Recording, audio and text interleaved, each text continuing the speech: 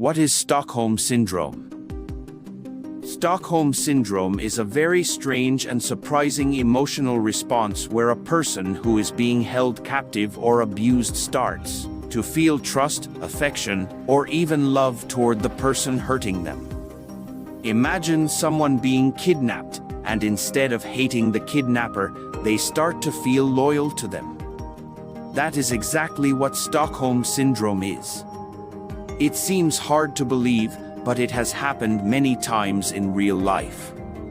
Understanding how and why it happens can help us learn more about the human mind and the way it reacts under extreme stress.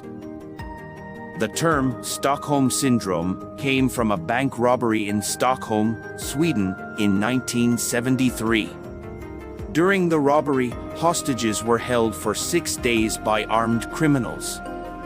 When they were finally freed, people were shocked to see that some of the hostages defended their captors and refused to testify against them in court. They even raised money for the kidnappers' legal defense. Psychologists and the public could not understand why the victims were siding with the people who had put their lives in danger. From that event, the term Stockholm Syndrome was created. But Stockholm Syndrome is not just about bank robberies or kidnappings. It can happen in many situations where one person has power and control over another, especially when fear, isolation, and survival are involved. This includes abusive relationships, domestic violence, human trafficking, cults, and even some work environments. The key part is that the victim feels trapped and powerless, but also starts to rely emotionally on the very person who is causing their suffering. The mind's main goal in any dangerous situation is survival. When someone is completely at the mercy of another person, their brain may find ways to cope with fear and helplessness. One way is to try to see the abuser as less threatening. The victim may focus on the small signs of kindness from the abuser, like giving them food, not hurting them on one day, or saying something nice. These moments become a lifeline. The victim's brain starts to feel thankful for these tiny acts of mercy and ignores the bigger picture, which is that they are being harmed. This emotional confusion can quickly grow into feelings of trust or affection. Stockholm Syndrome is not a sign of weakness or foolishness. It is a complex psychological reaction to trauma. When a person is scared, isolated, and feels like nobody else is going to save them, their mind may attach to the only person who seems to have any power, the abuser. This creates a false sense of safety and connection.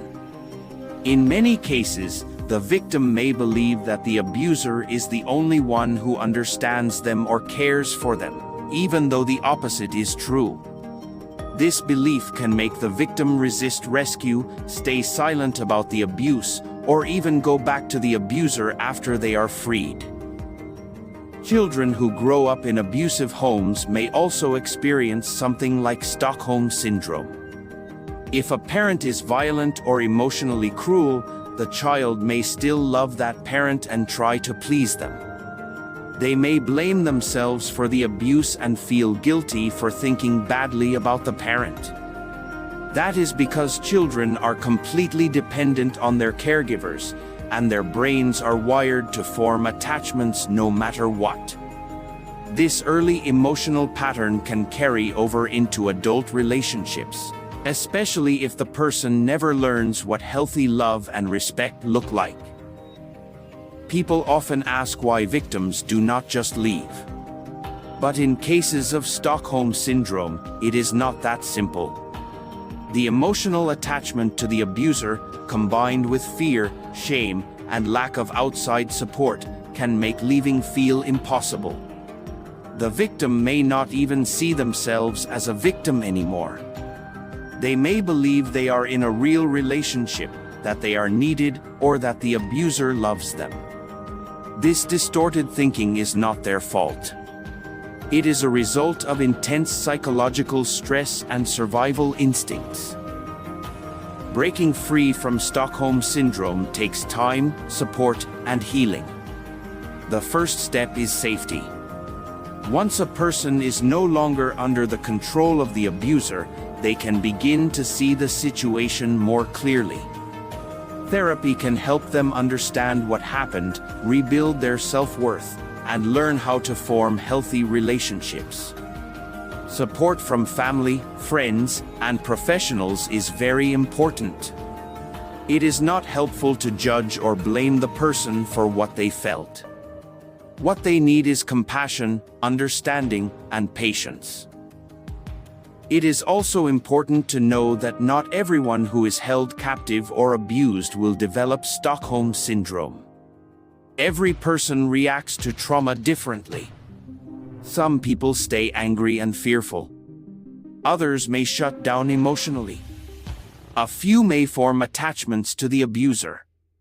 There is no one right or wrong way to feel.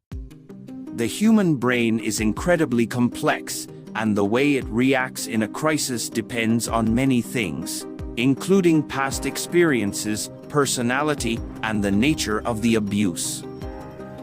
In recent years, some psychologists have questioned whether Stockholm Syndrome should even be considered a real medical condition, because it is not officially listed in diagnostic manuals like the Diagnostic and Statistical Manual of Mental Disorders. Still, the emotional pattern it describes is very real and has been seen many times.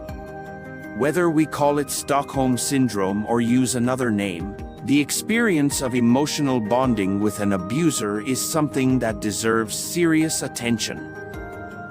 The more we understand about Stockholm Syndrome, the better we can help victims of abuse and trauma. We can stop asking harmful questions like, "Why did they stay?" and start asking more helpful ones like, "What support do they need to feel safe and whole again?"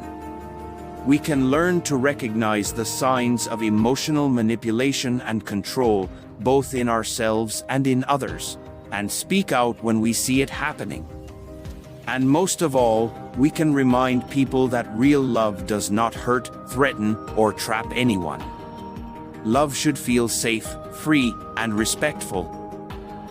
If you found this article helpful or eye-opening, please like the video and subscribe to the channel. We create content to help people understand the deep emotions, thoughts, and behaviors that shape our lives. Your support allows us to reach more people and create more powerful stories and explanations. Thank you for watching, and remember, you deserve relationships that bring peace, not pain.